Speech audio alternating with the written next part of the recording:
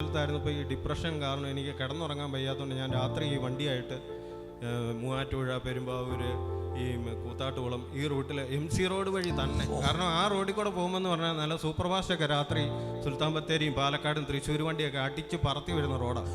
ഏതെങ്കിലും ഒരു സൂപ്പർ ഫാസ്റ്റിൻ്റെ അടിയിലോട്ട് അങ്ങ് ഇടിച്ച് കയറി കഴിഞ്ഞാൽ പരിപാടി തീർന്നു. ഡ്രൈവർ ഉറങ്ങിപ്പോയി, മരിച്ചു. ഇത്രേ ഉള്ളൂ സംഭവം. അങ്ങനെ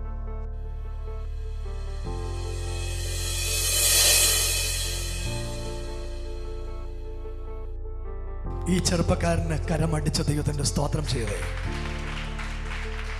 ഇദ്ദേഹം നിങ്ങളുടെ നാട്ടുകാരനാണ്. 2018 ഇദ്ദേഹം കോവിഡ് ടൈമിൽ നമ്മുടെ ആരാധനയ്ക്ക് വരുന്നത്. കോവിഡിൽ എല്ലാവരും സഭകളൊക്കെ അടച്ചപ്പോൾ നമ്മുടെ കൃപയാൽ ഒരു ദിവസം പോലും നമ്മുടെ ചർച്ച അടച്ചിട്ടില്ല. എല്ലാ ദിവസവും നമ്മുടെ ആരാധനയുണ്ട്. ആ സമയത്ത് എനിക്ക് ഇന്നെന്ന പോലെ ഈ ചെറുപ്പക്കാരനെ ഓർമ്മയുണ്ട്. ഞാനതിൻ്റെ ഇടയ്ക്ക് വന്ന് ഇദ്ദേഹത്തിൻ്റെ അടുത്ത് ഇങ്ങനെ പിടിച്ച് അദ്ദേഹത്തോട് ദൂത് പറഞ്ഞു, നിനക്ക് നഷ്ടപ്പെട്ടതെല്ലാം ദൈവം തിരിച്ചു തരും. നിൻ്റെ കൂടെ ആരും ഇല്ലെങ്കിലും ഞങ്ങൾ നിൻ്റെ കൂടെ ഉണ്ട്, യേശു നിൻ്റെ കൂടെ ഉണ്ട്. ഈ 2 വാക്ക് മരിക്കാൻ പോയ ഈ ചെറുപ്പക്കാരനെ ബലപ്പെടുത്തി. നിങ്ങൾക്കിപ്പോൾ ഈ സാക്ഷ്യം കേൾക്കുമ്പം മനസ്സിലാകും അവൻ്റെ ജീവിതം. അവന് നമ്മുടെ ഫസ്റ്റ് കട്ടപ്പനെ ആദ്യമായിട്ട് മീറ്റിംഗ് തുടങ്ങിയപ്പോൾ എന്നെ വന്ന് കെട്ടിപ്പിടിച്ചിട്ട് എന്നോട് പറഞ്ഞാ, ശരിക്കും ഞാൻ മരിക്കാൻ വന്നതാ, ഇന്ന് എനിക്ക് തന്നതെല്ലാം ദൈവത്തിൻ്റെ ദാനമാണ്, ഇന്ന് ഞാൻ അനുഭവിക്കുന്നതെല്ലാം ദൈവത്തിൻ്റെ കൃപയാണ്. ദൈവം എനിക്കെല്ലാം തിരിച്ചു തന്നു. എനിക്ക് കുടുംബം തിരിച്ചു തന്നു, എനിക്ക് ജീവിതം തിരിച്ചു തന്നു, എനിക്ക് അത്ഭുതങ്ങൾ ദൈവം തന്നു, ജോലി തിരിച്ചു തന്നു, മദ്യപാനത്തിൽ നിന്ന് മാറ്റം തന്നു, ഡിപ്രഷൻ ദൈവം മാറ്റി തന്നു. നിങ്ങളോട് ഒരു കാര്യം പറയാം, വിശ്വസിക്കുന്നവർക്ക് വേണ്ടി വ്യാപരിക്കുന്ന ദൈവശക്തിയുടെ അളവറ്റ വലിപ്പം ഇന്ന് രാവിലെ നിന്റെ ജീവിതം മാറ്റാൻ ഇതിനകത്ത് വന്നിട്ടുണ്ട്. നമ്മൾ കേൾക്കുകയാണ് ഈ പ്രിയപ്പെട്ട സഹോദരന്റെ സാക്ഷ്യം. ദൈവനാമത്തിന് മാത്രം ഉണ്ടാകട്ടെ. ഇങ്ങനൊരു വലിയ സാക്ഷിയായി ഇവിടെ ഞാൻ ജീവനോടെ ഇന്ന് നിൽക്കുന്ന എൻ്റെ ദൈവത്തിൻ്റെ കൃപയാണ്, എൻ്റെ അമ്മയുടെ പ്രാർത്ഥനയാണ്.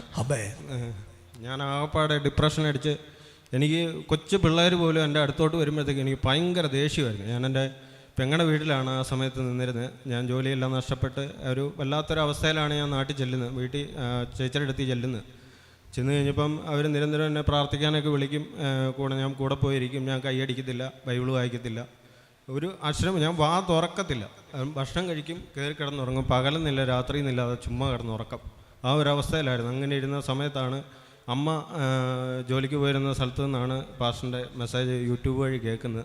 എന്നിട്ട് അതിൻ്റെ ലിങ്കെല്ലാം എനിക്ക് അയച്ചു തരുമായിരുന്നു. ഞാൻ ജസ്റ്റ് ഒന്ന് ഓപ്പൺ ചെയ്യും. കുറച്ച് കഴിയുമ്പോൾ എനിക്ക് കാണാനൊന്നും ഒരു താല്പര്യമില്ല, ഇതൊന്നും നടക്കത്തില്ല, ഇതൊക്കെ ചുമ്മാ പറയുന്നതെന്നുള്ള രീതിയിൽ ഞാൻ അമ്മയോടും പറയും, ചേച്ചിയോടും പറയും, ഇതൊക്കെ ചുമ്മാ പറയുന്നത്, നിങ്ങൾ ചുമ്മാ എന്നെ പറ്റിക്കാൻ വേണ്ടി അവിടെ വരെ കൊണ്ടുപോകാൻ വേണ്ടിയിട്ടല്ലേ എന്നൊക്കെ ഇങ്ങനെ പറയും. അങ്ങനെ ഒത്തിരി സ്ഥലങ്ങളിൽ എന്നെ കൊണ്ടുപോയി. അവസാനം ഞാൻ പാസ്റ്ററിൻ്റെ അടുത്ത് വന്ന് അമ്മയും എൻ്റെ അളിയനും ഉണ്ട് എൻ്റെ കൂടെ. ക്യാബിനകത്തോട്ട് കയറിയപ്പോഴത്തേക്കും അവിടെ ഇരിക്കുന്നതിന് മുമ്പേ പാസ്റ്റർ പറഞ്ഞു, അമ്മയോടും അളിയനോടും പറഞ്ഞു വെളിയിലോട്ട് ഇറങ്ങി നിന്നോളാൻ പറഞ്ഞു. എന്നോട് പറഞ്ഞു മോനോട്ട് ഇരിക്കാം, മോനേന്നാണ് വിളിച്ചെന്നെ, മോനോട്ട് ഇരിക്കാൻ പറഞ്ഞു. ഞാൻ ആദ്യമായിട്ടാണ് എന്നെ ഒരു എന്താ പറയുന്നത്, ഒരാളെന്നെ മോനേന്ന് വിളിക്കുന്നത് ആദ്യമായിട്ട്. അപ്പം ഞാൻ പെട്ടെന്ന് ഞാൻ ആ കസേരയിലോട്ടിരുന്നു. പാസ്റ്റർ എന്നോട് ചോദിച്ചു, മനസ്സ് കൈവിട്ട് പോയല്ലേ എന്ന് ചോദിച്ചു.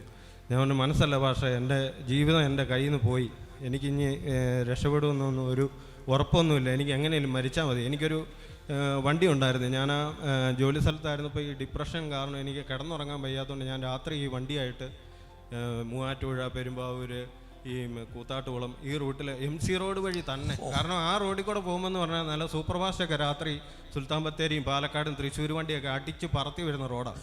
അപ്പം എനിക്ക് വിഷമടിക്കണമെന്നുള്ളൊരാഗ്രഹം ഇങ്ങനെ മനസ്സിലോട്ട് കയറി കഴിഞ്ഞപ്പം എനിക്ക് തോന്നിയത് വിഷമടിക്കണമെന്നോ അല്ലെങ്കിൽ തൂങ്ങിച്ചാവണമെന്നോ അങ്ങനെയൊന്നുമല്ല.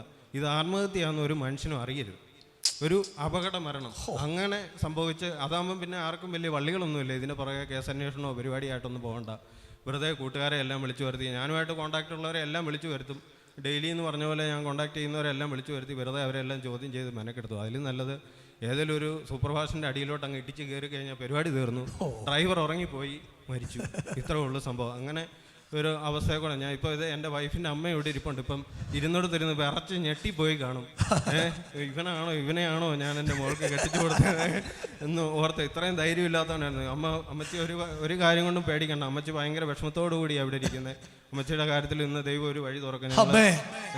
അപ്പം മിനിമം നമ്മുടെ ഈ ഒരു നാട്ടിലെന്ന് പറഞ്ഞാൽ ഒരു ചെറുപ്പക്കാരൻ കല്യാണം കഴിക്കണമെങ്കിൽ അവനുള്ള എന്തെങ്കിലും ഒരു നല്ല ക്വാളിറ്റി കാണണം. എനിക്ക് നാട്ടിൽ മുഴുവൻ മോശപ്പേര്, വെള്ളം അടിച്ച് അവൻ മുട്ടിപ്പിച്ച് സകലവും മുടിപ്പിച്ച് അവനെ വളർത്തിക്കൊണ്ട് വന്ന് വെറുതെ ആയിപ്പോയെന്ന് നാട്ടുകാർ മുഴുവൻ പറഞ്ഞു.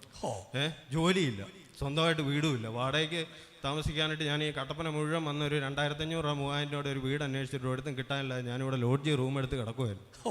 അത് കഴിഞ്ഞപ്പോൾ എൻ്റെ ഒരു കൂട്ടുകാരൻ വഴി ഒരു വാടക വീട്ടിലേക്ക്, ഞാൻ കല്യാണം കഴിച്ച എൻ്റെ വൈഫിനെയും കൊണ്ട് കയറുന്നത് വാടക വീട്ടിലേക്കാണ്.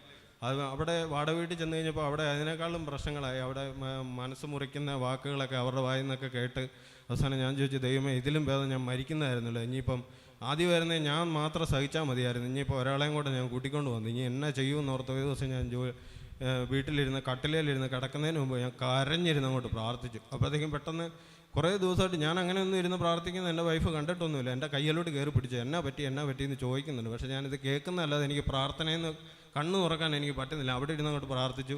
പിറ്റേ ദിവസം എനിക്ക് താൽക്കാലികമായിട്ടൊരു വയറിങ്ങിന് പോകുന്നൊരു ജോലി ഉണ്ടായിരുന്നു. ഞാൻ അതിന് പോയിട്ട് തിരിച്ച് വന്ന് ഇരുന്ന് കഴിഞ്ഞപ്പോഴത്തേക്കും വൈഫ് എന്നോട് പറഞ്ഞു, ദൈവം ഒരു അത്ഭുതം ചെയ്തെന്ന് പറഞ്ഞു. ഞാൻ ചോദിച്ചു എന്നാന്ന് ചോദിച്ചു. ദൈവം ഇന്ന് അച്ചാച്ചൻ ഇരുന്ന് കരഞ്ഞ് പ്രാർത്ഥിച്ച് സ്വർഗത്തിൽ ചെന്നു, വീട് വെക്കാനായിട്ടൊരു വഴി തുറന്നു.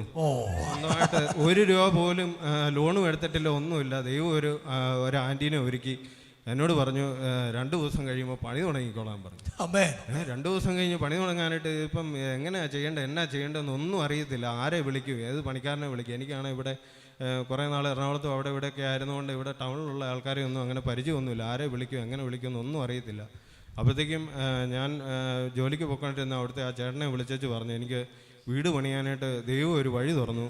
എനിക്ക് പണിയാനായിട്ടൊന്നും ഇവിടുത്തെ പണിക്കാരെ ഒന്നും അറിയത്തില്ല, ആരെങ്കിലും ഒരാളെ അറേഞ്ച് ചെയ്തണമെന്ന് പറഞ്ഞു. 6 മാസം കൊണ്ട് ഇടി വെട്ടുന്ന പോലെ പണിയും തീർത്തു. ഞാൻ ഓർത്ത് എനിക്ക് ഇത്രയും കഴിവുണ്ടായിരുന്നു എന്ന് ഞാൻ ആലോചിച്ച് പോയി. ഒരു ഒറ്റയ്ക്കേ ഉള്ളൂ, ഞാൻ തന്നെ ഉള്ളായിരുന്നു. ആ പണിക്കാരൊക്കെ എന്നെ നോക്കിയിട്ട് ഇതിൻ്റെ പുതിയ പണിക്കാരൊക്കെ വരുമ്പം ഇവനാണോ ഇതിൻ്റെ ഈ വീടിൻ്റെ ഉടമയെന്നാണ് എന്നോട് ചോദിക്കുന്നത്.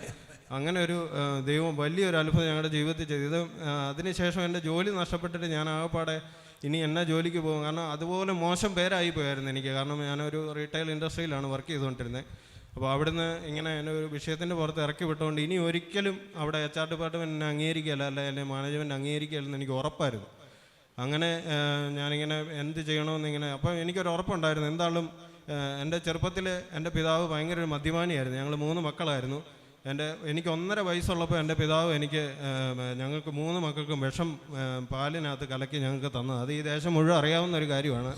1992 ആ സംഭവം നടക്കുന്നത്. അന്ന് എൻ്റെ ഒരു സഹോദരി മരണപ്പെട്ടു. അത് മരിച്ചു പോകാവുന്നതൊക്കെയുള്ള വിഷമായിരുന്നു ഞങ്ങൾക്ക് തന്നത്. അന്ന് മരിക്കാത്ത എന്നെ ദൈവം അന്ന് ആക്സിഡൻറ്റിൽ പോലും പെടുത്താതെ എന്നെ തിരിച്ചു കൊണ്ടുവന്ന ദൈവത്തിന് എനിക്ക് എൻ്റെ ജോലി തിരിച്ചു തരാൻ പറ്റുമെന്ന് എനിക്ക് 100% ഉറപ്പുണ്ടായിരുന്നു. അത് ഞാനിരുന്ന് ആകാംക്ഷയോട്ടിരുന്ന് പ്രാർത്ഥിച്ച് ഞാൻ ബലപ്പെട്ടു. എന്നെ ആ പറഞ്ഞു വിട്ടോടത്ത് തന്നെ ഞാൻ ആദ്യം ഈ ബ്രാഞ്ചിൽ ഇവിടെ കട്ടപ്പനയ്ക്കാണ് ഞാൻ ഇൻ്റർവ്യൂവിന് വന്നപ്പോൾ എന്നോട് പറഞ്ഞു, മോനെ കട്ടപ്പനയിലാണെങ്കിൽ നിങ്ങൾക്ക് ഒരു 15,000 രൂപയെ ശമ്പളം തരാൻ പറ്റുള്ളൂ. കാരണം ഇവിടെ അങ്ങനെ വലിയ ബിസിനസ് ഒന്നും നടക്കുന്നില്ല. അപ്പം അതുകൊണ്ട് നീ എറണാകുളം ബ്രാഞ്ചിലേക്ക് വല്ലതും വരുവാണെങ്കിൽ നിനക്കൊരു 10,000-20,000 രൂപ ശമ്പളം തരാമെന്ന് പറഞ്ഞു. അങ്ങനെ അവിടെ നിന്നാണ് ഞാൻ പുറത്ത് പോകുന്നത്. പക്ഷേ ദൈവകൃപയാൽ ഞങ്ങൾ പുതിയ ഭവനത്തിൽ താമസം ആരംഭിച്ച് ഞങ്ങൾ പ്രാർത്ഥിച്ച് മുന്നോട്ട് പോകാൻ തുടങ്ങി. ദൈവം എനിക്ക് അന്ന് എറണാകുളത്ത് തന്നതിലും 5,000 രൂപ കൂടുതൽ സാലറിയിൽ എൻ്റെ സ്വന്തം നാട്ടിൽ എനിക്ക് ഇവിടുന്ന് നടന്നു പോകാവുന്ന ദൂരമേ ഉള്ളൂ. കേരളത്തിനുടനീളം ഒരു 51 ഷോറൂമുകളുള്ള ഒരു സ്ഥാപനത്തിൻ്റെ സെയിൽസ് മാനേജറായിട്ട് ദൈവം എന്നെ പിടിച്ചു കയറ്റി. ആ ദൈവത്തെ ഇനി ഒരിക്കലും ഞാൻ വിട്ടുമാറിയില്ല. ഇവിടെ വന്ന് കൂടിയിരിക്കുന്ന എലോഹിം സഭയിൽ നിന്ന് കടന്നു വന്നിരിക്കുന്ന എല്ലാവരോടും എനിക്കൊരു നന്ദി പറയാനുണ്ട്. കാര്യം എന്താ വെച്ചാൽ അന്ന് പാസ്റ്ററിനെ ഫ്രണ്ടിലോട്ട് വിളിച്ചു വരുത്തിയിട്ട് ഇവൻ രക്ഷപ്പെടുമെന്ന് പറഞ്ഞപ്പം എല്ലാവരും ഉച്ചത്തിലൊന്ന് യേശുവേ എന്നൊന്ന് വിളിക്കാൻ പറഞ്ഞപ്പോൾ നിങ്ങളെല്ലാവരും കൂടെ യേശുവേ എന്ന് വിളിച്ചുകൊണ്ടാണ് ഇപ്പം ഞാനിവിടെ നിൽക്കുന്നത്. അതിനൊരു എൻ്റെ ദൈവത്തിന് അതിലുപരി ഞാൻ നന്ദി പറയുന്നു. വീണ്ടും എല്ലാവരും എനിക്ക് വേണ്ടി പ്രാർത്ഥിക്കണമെന്ന് അപേക്ഷിക്കുന്നു. ദൈവസന്നിധി താന്നി ഒരു നല്ല ക്ലാപ്പ് കൊടുത്തു, സുന്ദര ക്ലാപ്പ്.